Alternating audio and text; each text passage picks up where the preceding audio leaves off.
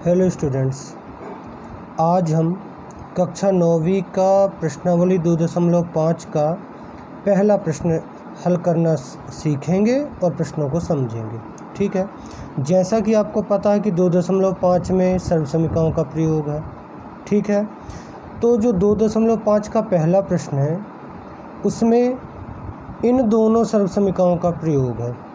अब इन दोनों सर्वसमीकरणों को आप सवालों में कैसे समझेंगे कि कौन सी सर्वसमीकरण लगेगी, तो इसके लिए देखिए, जब भी आपको सवाल दो कोष्ठकों के रूप में दिया हो, ठीक है, कैसा दिया हो, जब आपको सवाल दो कोष्ठकों के रूप में दिया हो तो आपको क्या देखना है कि अगर दोनों कोष्ठकों में पहली संख्या भी समान है और दूसरी संख्या भी समान है, केवल बीच का चिन्ह बदला हुआ है, तो ये वाली सर्वसमीकरण लगेगी। ठीक है, और अगर इस टाइप में हो, यहाँ भी देखिए दो कोष्ठक हैं, यहाँ केवल चर समान रहेगा और दूसरी संख्या अलग अलग रहेंगी।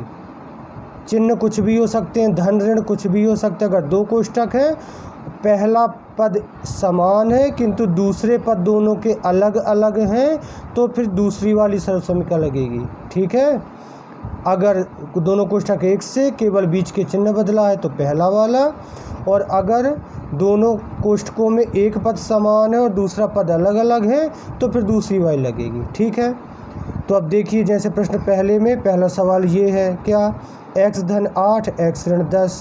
ठीक है, तो इसमें आपको देखिए क्या करना है कि सवाल है अपना x धन 8 x ऋण 10, तो इसमें कौन सी सर्वसमीकरण लगेगी। तो हमने देखा कि दो कोष्ठक हैं, तो दो कोष्ठक वाली हमारी ये दोनों सर्वसमीकरणें हैं। इसमें देखेंगे कि x तो एक सा है लेकिन दूसरे अंक दोनों के अलग अलग हैं, तो अलग अलग यहाँ किसमें देखें, इसमें b है, इसे ये एक सा है, अलग अलग इसमें है, तो मतलब कौन सी सर्वसमीकरण लगेगी, दूसरी वाली। ठीक है, तो ये देखिए, जो प्रश्न के अनुसार जो सर्वसमीकरण लिखे उसे आपको पहले कोष्ठक में पूरी सर्वसमीकरण लिखनी है। x धन a ये हुआ, x ऋण b ये हुआ। ठीक है, तो देखिए x धन a x धन b, यहाँ ऋण है तब भी यही लगेगी। ठीक है ना, अगर अंक अलग अलग है तो चिन्ह कुछ भी हो यही लगेगी। तो इसका हमने पूरा फॉर्मूला लिख दिया, सर्वसमीकरण लिख दी। अब हम इसकी हमारे प्रश्न से तुलना करेंगे। ठीक है, तो तुलना में क्या करेंगे, देखिए कि प्रश्न में सर्वसमीकरण में x है तो x बराबर प्रश्न में क्या है, x ही है। फिर सर्वसमीकरण में a है तो a मतलब पहले कोष्ठक में x के बाद क्या है, तो x के बाद क्या है, 8 है, तो x बराबर a बराबर क्या हुआ, 8। फिर अपन दूसरे में आए x, तो दूसरे में भी x ही है। फिर b पे आए तो b की जगह क्या है, 10, तो b बराबर क्या लिखेंगे, ऋण 10। याद रखिएगा, जब आप तुलना करेंगे तो हमेशा a और b को उसके चिन्ह सहित लिखेंगे, क्योंकि ये धन वाली है। ठीक है ना, जब एक ही सर्वसमीकरण धन वाली हो तो अंकों को चिन्ह सहित लिखते हैं। ठीक है, अब x, a और b के मान आप इस सर्वसमीकरण में रख दीजिए। तो देखिए क्या है, x धन a मतलब x की जगह पे x, धन a की जगह पे 8, कोष्ठक बंद। फिर x धन b मतलब x धन b, तो x की जगह पे x, धन और b की जगह पे ऋण 10, तो ऋण 10 है तो इसे अभी कोष्ठक में लिख देंगे और बड़ा कोष्ठक लगा देंगे, यहाँ भी बड़ा कोष्ठक शुरू करेंगे। फिर बराबर है तो बराबर, x की घात है तो x की जगह x है तो x की घात 2, धन है तो धन, कोष्ठक है तो कोष्ठक, a है तो 8, फिर धन है तो धन, फिर b है तो b का मान क्या है, ऋण 10, क्योंकि यहाँ दो चिन्ह है इसलिए इसको काय में लिखा अपन ने, कोष्ठक में, और कोष्ठक को कर दिया बंद बड़े से। फिर इसके बाद x है तो x की जगह x ही है। फिर धन है तो धन, a है तो 8, यहाँ पे कोई चिन्ह नहीं है मतलब, यहाँ पे कोई चिन्ह नहीं है मतलब गुणित, और b का मान कितना है, b का मान कितना है, ऋण 10। ठीक है, अब हम जब इसका लेफ्ट हैंड सॉल्व करेंगे तो हमारा क्वेश्चन बन जाएगा। तो देखिए, पहला कोष्ठक जो कहते हूँ कैसा, x धन 8, और दूसरा कोष्टक x।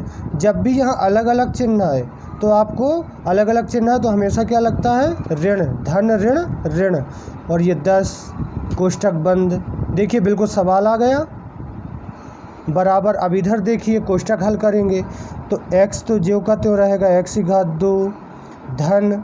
यहाँ अगर पहले आपको अगर डबल चिन्ह लगे हैं तो आपको सिंगल चिन्ह करना है, कोष्टक तोड़ना है।